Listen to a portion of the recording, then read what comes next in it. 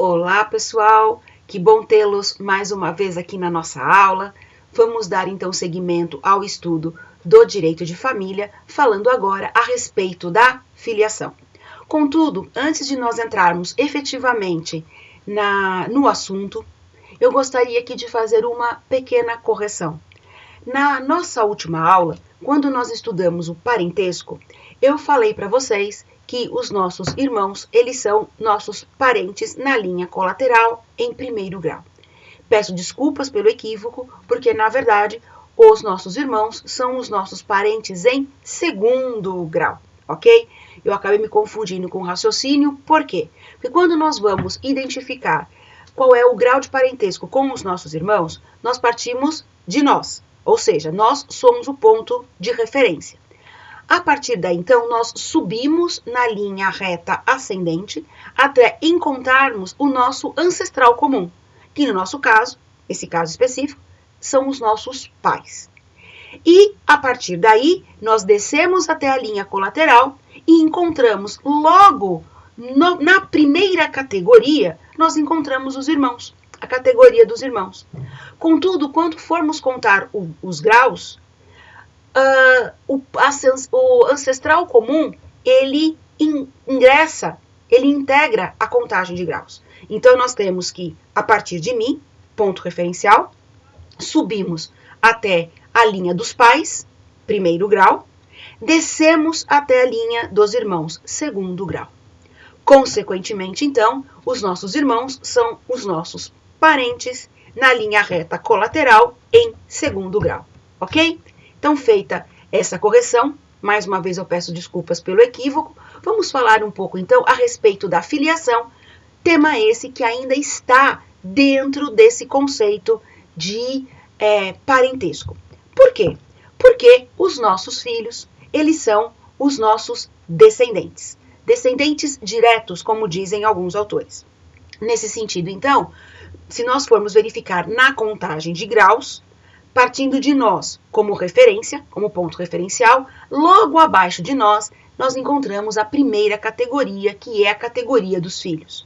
Então, consequentemente, os nossos filhos são os nossos parentes na linha reta descendente em primeiro grau, tá certo?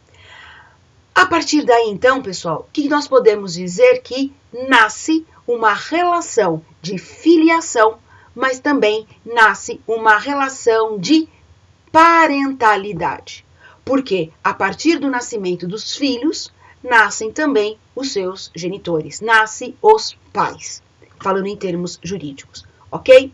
Então, com os filhos, vai nascer então esse estado de filiação, e esse estado de filiação está relacionado à progenitura e à descendência. Tá certo? E essa progenitura e a descendência, elas vão nascer em virtude da consanguinidade, de acordo com os laços sanguíneos, que são os chamados filhos biológicos ou pais biológicos. Antigamente eles eram chamados de filhos de sangue, pais de sangue, e também chamados de pais legítimos e filhos legítimos.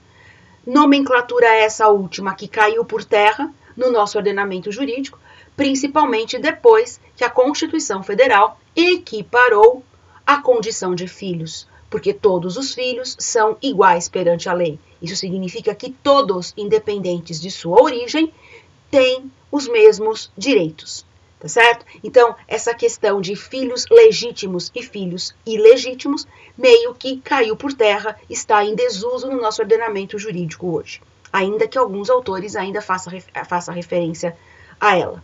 Ok? Essa relação de progenitura e de descendência nasce também pelos laços de afetividade, tá certo?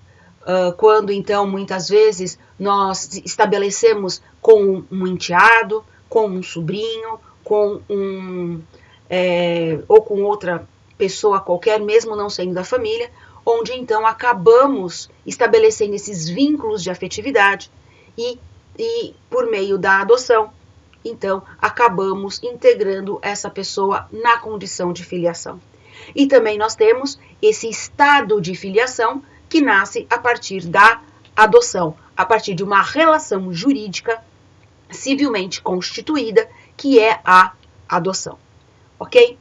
Mas, pessoal, com relação, então, à filiação, não só nós temos, de acordo com a Constituição Federal de 88, a igualdade de direitos entre os filhos, e não importa a origem, ou seja, a forma como esse filho foi concebido, a forma como esse filho nasceu. Se foi por uma relação de matrimonialidade, se foi por uma relação de extramatrimonialidade, se foi por meio da adoção, todos os filhos possuem as mesmas condições jurídicas, ou seja, filho é filho, não existe nenhum tipo de distinção entre eles em termos jurídicos. A todos eles são conferidos os mesmos direitos e as mesmas obrigações, inclusive para fins sucessórios. E também, a partir da filiação, ou por conta da filiação, surge a relação de paternalidade responsável e a relação de planejamento familiar. Planejamento familiar e paternidade responsável, que são os dois institutos que hoje são princípios constitucionais, que nós vamos encontrar regrado principalmente no artigo 226 da Constituição Federal, tá certo? Cujo conceito, então, vocês têm de forma bem detalhada e bem ampla no livro didático de vocês, tá certo? Mas vejam, pessoal, o nosso ordenamento jurídico, lá no Código Civil, ele estabelece algumas hipóteses em que presume-se a paternidade. Por que presume-se a paternidade? Porque nós temos vigorando no nosso ordenamento jurídico um brocardo muito antigo, ou um ditado. Para traduzir, brocardo significa um dito, um ditado, né? Uma regrinha, uma máxima, que vem lá do direito romano, que é: a maternidade é sempre certa, mas a paternidade nem sempre. Tá certo? Então, já que o nosso ordenamento jurídico as regras foram criadas com base nesse brocardo, que a paternidade nem sempre é certa, porque só ao pai compete contestar a paternidade que a ele foi atribuída, ou então que ele acolheu, tá certo? Existem algumas situações em que se presume-se que naquela situação específica existe uma relação de filiação ou uma relação de parentalidade, ou melhor dizendo, de paternidade, me desculpem, tá certo? Então são nessas situações em que o nosso ordenamento jurídico presume-se a paternidade. Ou seja, o filho da mulher casada presume-se que foi gerado pelo seu marido. Presunção até que se prove o contrário, até que esse marido prove o contrário. Então, quando o filho ele é gerado a partir da relação de casamento, ou seja, o filho da mulher casada é gerado pelo seu marido, nós estamos dentro dos filhos matrimoniais, ok? Essa presunção, para o pai, em relação ao pai, ela é uma presunção relativa, porque pode-se fazer prova em sentido contrário, e só ele, o pai, pode fazer prova em sentido contrário. No entanto, perante terceiros, perante a sociedade, por exemplo, essa paternidade, ela é absoluta, ou seja, tem presunção absoluta. Porque terceiros, que não seja o próprio pai, não tem a competência de provar que aquele filho não pertence àquela pessoa. Tá certo? Então, nesse caso, nós temos a presunção de paternidade. Essa é a regra geral. Mas existem também outras hipóteses de presunção de paternidade. Todas elas estão previstas num rol do artigo 1597 do Código Civil. Tá certo? Todas aquelas situações, pessoal, que vocês vão encontrar dentro desse dispositivo, e presume-se que a paternidade é do marido, é daquele pai, dentro daquelas circunstâncias ali estabelecidas pelo legislador. Essas disposições, pessoal, essas hipóteses de presunção de paternidade, elas são autoexplicativas, basta uma leitura muito atenta dos dispositivos do 1597, tá certo? Que ali não requer prática nem tampouco habilidade, apenas a leitura, que aqui nesse momento, nessa nossa aula, eu vou me eximir de comentar um por um, até mesmo para que não fiquemos uma aula muito grande e até mesmo porque vocês têm tudo isso muito detalhado lá no livro didático de vocês, tá certo? Senão aqui o nosso objetivo é de tratar dos assuntos de uma maneira mais panorâmica, tá trazendo então uma síntese, como eu já comentei com vocês desde a nossa primeira aula, né, para que os assuntos possam ficar um pouco mais claros para vocês, mas tudo que nós comentamos aqui, vocês vão encontrar detalhado lá no livro didático de vocês. E também porque esses artigos são autoexplicativos. Não requer prática nem tampouco habilidade, como eu sempre brinco com vocês. Basta uma leitura atenta, ok? Mas existem também algumas situações em que se exclui a presunção legal de paternidade. Essas hipóteses de exclusão da paternidade, elas estão previstas nos artigos 1599, 1560 e 1562 do Código Civil, que também são autoexplicativas, é aquilo que está ali, perfazendo todos eles rol taxativo, ou seja, são aquelas hipóteses previstas no Código Civil em que nós podemos presumir a paternidade, ou então que excluímos a presunção de paternidade, tá certo? Nesse nosso último caso, então, ocorre a desconstituição do vínculo paterno-filial para todos os fins de direito. No entanto, mantém-se a relação de maternidade. Daí a prova de que o nosso ordenamento jurídico, nesse assunto de filiação, ele elaborou, criou todos os dispositivos legais com base naquele brocardo romano que diz que a maternidade é sempre certa, mas a paternidade nem sempre ela é certa, ok? Então, da mesma forma que o legislador, ele presume a paternidade em determinadas circunstâncias, tirando aquela regra geral, que é o filho da mulher casada pressupõe-se ser do seu marido, até prova em sentido contrário.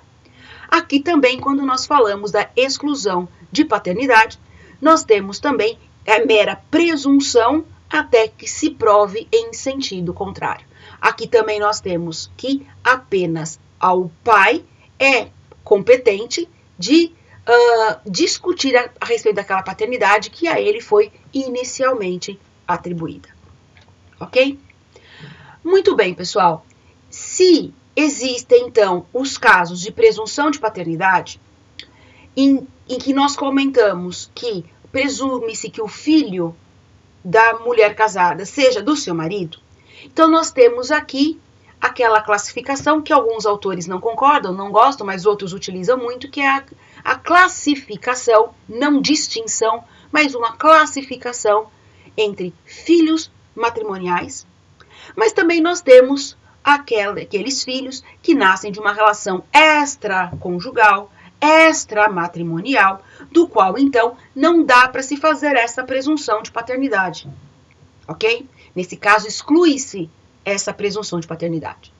Contudo, caso assim queira o pai, ele pode proceder com o reconhecimento desse filho que a princípio teria nascido de uma relação fora do casamento, ou até mesmo nos dias de hoje, de uma relação que não existe um vínculo matrimonial entre ele, o pai, e a mãe desse filho. Tá certo? Uma relação de namoro, uma relação de união estável, no qual, então, esse filho não teve o reconhecimento da sua paternidade. Aqui nós temos, então, duas situações específicas. O filho pode requerer que o pai o reconheça dessa forma. Contudo, nós também temos o contrário, que é o pai reconhecendo que aquela pessoa, aquela criança, adolescente, até mesmo aquele adulto, seja reconhecendo-o como seu filho, reconhecendo juridicamente como seu filho, tá certo? E como que se procede dessa forma? Quando, então, um pai, vejam, estou frisando bem para vocês, porque as situações são diferentes. Quando um pai, ele procura reconhecer um filho extramatrimonial, um filho que foi originado de uma relação de namoro, uma relação de união estável, que ao tempo do nascimento ele não havia feito, ele pode fazer esse reconhecimento de forma voluntária, que é chamada também de perfiliação. Perfiliar uma pessoa significa reconhecê-lo como sendo seu filho, ok? Por modo voluntário, por um documento público, por exemplo, nos autos de um processo, por exemplo, certo? Ou simplesmente indo até o cartório e fazendo essa declaração de forma pública, por meio de escritura pública, mas também por um meio escrito também, particular, ele também pode fazer essa comprovação. Mas vejam, quando nós falamos de reconhecimento voluntário, o próprio pai, se for um filho maior de idade, com o seu consentimento, ok? Ele então, parte dele a iniciativa de reconhecê-lo. Aí nós estamos dentro do reconhecimento voluntário, ou até mesmo, e também chamado de perfiliação. Contudo, nós também temos as formas judiciais de reconhecimento de filiação. Tá certo? E aqui nós temos, basicamente, a ação de investigação de paternidade. Nós temos também a ação negatória de paternidade e a ação de reconhecimento ou uma ação declaratória de filiação. São as medidas judiciais, os remédios judiciais mais comuns que nós encontramos nessa seara de reconhecimento judicial. Contudo, vale uma ressalva aqui, pessoal. A investigação de paternidade é uma ação judicial proposta pelo filho, que visa ver reconhecida a filiação por um suposto pai. Ok? Já a ação negatória de paternidade, ela é uma ação de competência do pai, cuja paternidade lhe foi atribuída inicialmente, mas que ele tem dúvidas. Ele está contestando a paternidade que lhe foi atribuída. Então, no caso, ele está negando a paternidade que lhe foi atribuída inicialmente. Então, aqui nós temos a ação negatória de paternidade. E a ação de reconhecimento ou declaração de filiação seria um modo judicial do pai reconhecer um filho. Ela é declaratória, porque ela vai declarar, porque no final nós temos uma sentença que declara que aquele pai, de fato, aquele pai, de fato, é pai daquele filho. Ele não é mais um suposto. Agora ele é um pai efetivo daquele filho. Tá certo? Então nós temos que ter muito cuidado, pessoal, com essas questões para nós não propormos uma ação equivocada. Tanto levando em consideração a situação, quando o polo ativo da relação processual, ele acaba sendo equivocado. Ok? Então nós temos essas formas de reconhecimento de filiação. Tá certo? Agora, nós também temos uma forma de constituição de filiação, que é por meio da adoção, certo? A adoção, ela também é um instituto jurídico bastante amplo, que nós poderíamos aqui ficar várias aulas falando a respeito dela, mas vamos traçar aqui um panorama geral com relação à adoção, que é que ela nada mais é do que um negócio jurídico solene, irrevogável, personalíssimo, pela qual então se promove, mediante ordem judicial, o ingresso de um menor e até mesmo de um maior, de uma pessoa capaz, ou um menor incapaz, ou também um maior incapaz, tanto faz, na família do adotante, na condição de filho. Não é um filho biológico, filho de sangue, mas passa a ser um filho por afinidade, um vínculo por afetividade. Então, a adoção, ela está fundamentada no princípio da afetividade. A adoção é um negócio jurídico solene que demanda um processo judicial, isso é muito importante que se frise, demanda-se um processo judicial, E uma vez concedida a adoção, o adotado passa a ter todos os direitos e também os deveres inerentes à adoção. É importante dizermos isso porque muitas vezes falamos só em direitos. Ter direito a, quero o meu direito a B. Só que veja, a todo direito existe um dever, uma obrigação correlato a esse direito. Então, quando é dado a alguém o direito inerente à condição de filho, não é só o direito.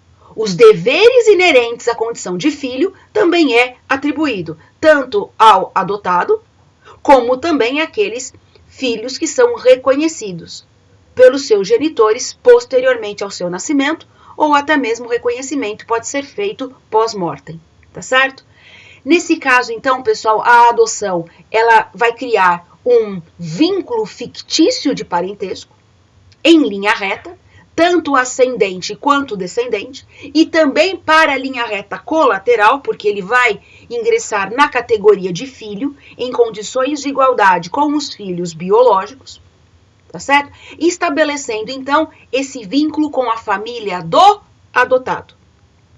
Os vínculos biológicos que o adotado tem ou teve com a sua família biológica, esses vínculos são extintos, eles desaparecem, ok?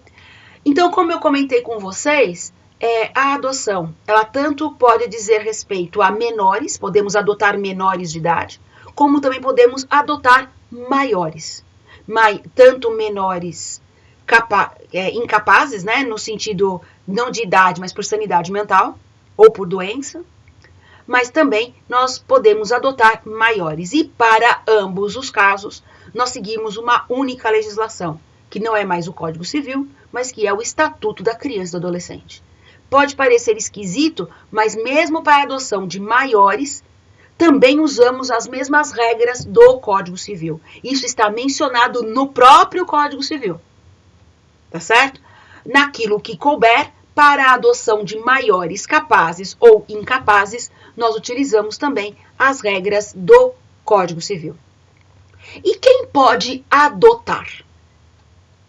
Certo? Isso é muito importante, para não criarmos aqui vínculos, já que é um vínculo jurídico fictício, para que nós não criemos vínculos fraudulentos. Vínculos, por exemplo, para mascarar uma pedofilia, para mascarar um golpe do baú, se caso a pessoa que quer ser adotada, ela tenha condições financeiras, ela tenha patrimônio, tá certo? Então é muito importante sabermos quem pode adotar e quem pode ser adotado. Quem pode adotar? Quaisquer pessoas com mais de 18 anos à data do pedido de adoção, tá certo? Então, para ingressar com um pedido judicial de adoção, a pessoa já precisa contar com, no mínimo, 18 anos completos. Independente de estado civil, independente de gênero ou de orientação sexual. Contudo, a nossa legislação, ela exclui, ou seja, ela não permite, tá certo?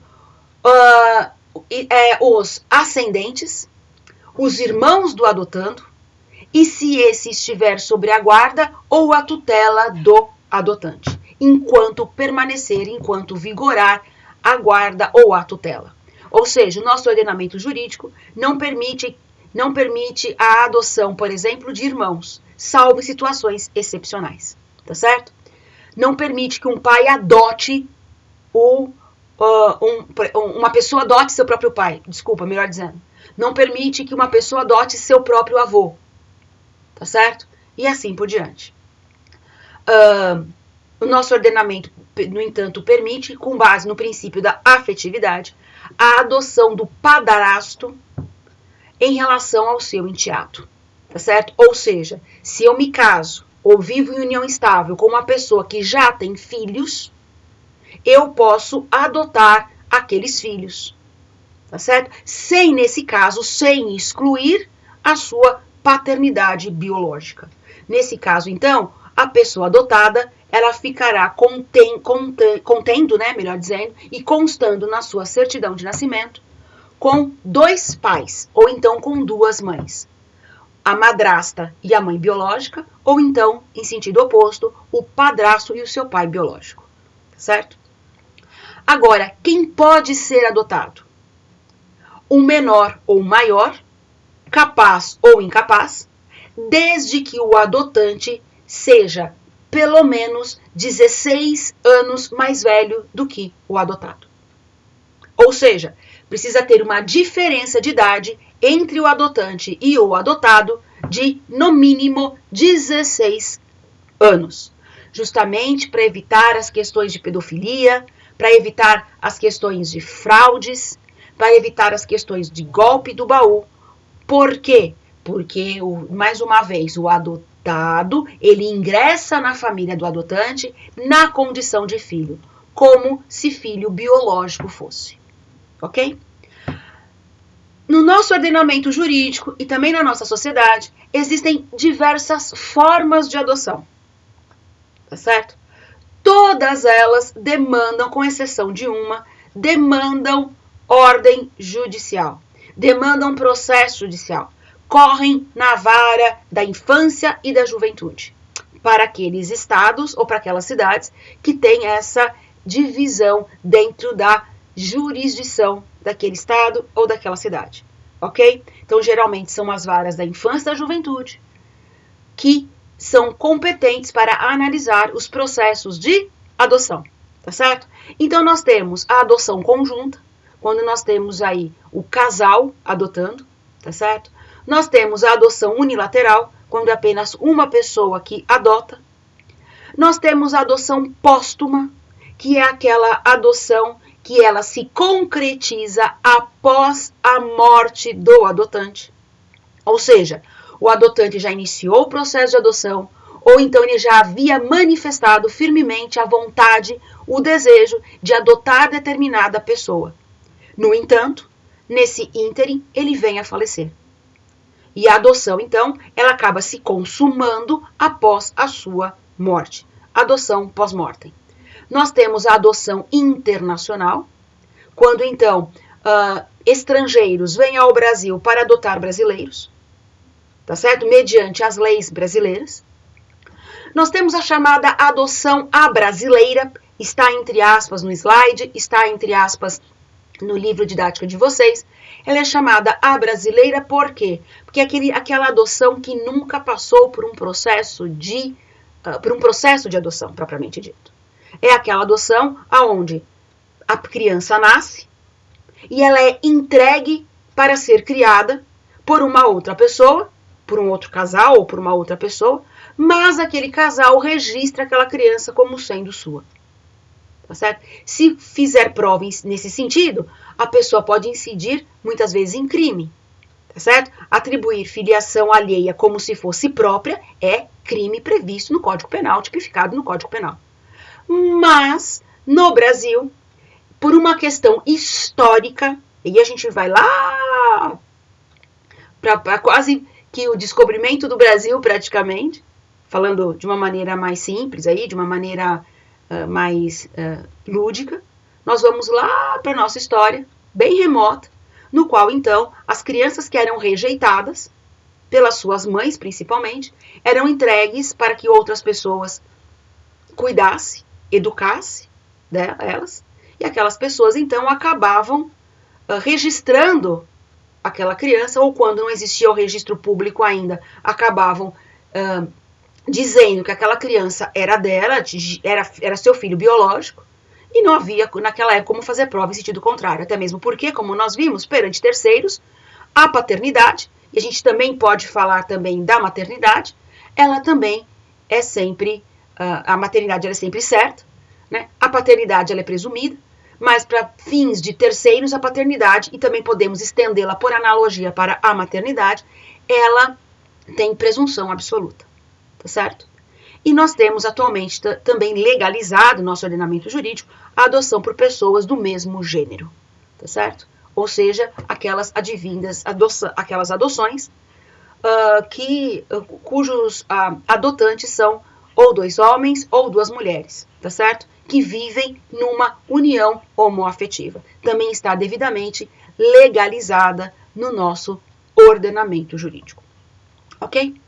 Quando nós falamos de adoção, pessoal, vocês já devem ter ouvido falar que é muito difícil adotar uma criança no Brasil, que a fila é muito grande, que demora-se muitos anos desde ingressar-se com o pedido de adoção até efetivamente a adoção se concretizar e essa criança vir para o lar dos pais adotantes, tá certo? E de fato isso se materializa não só pela burocracia, que de fato é uma burocracia importante, porque nós devemos ter cuidado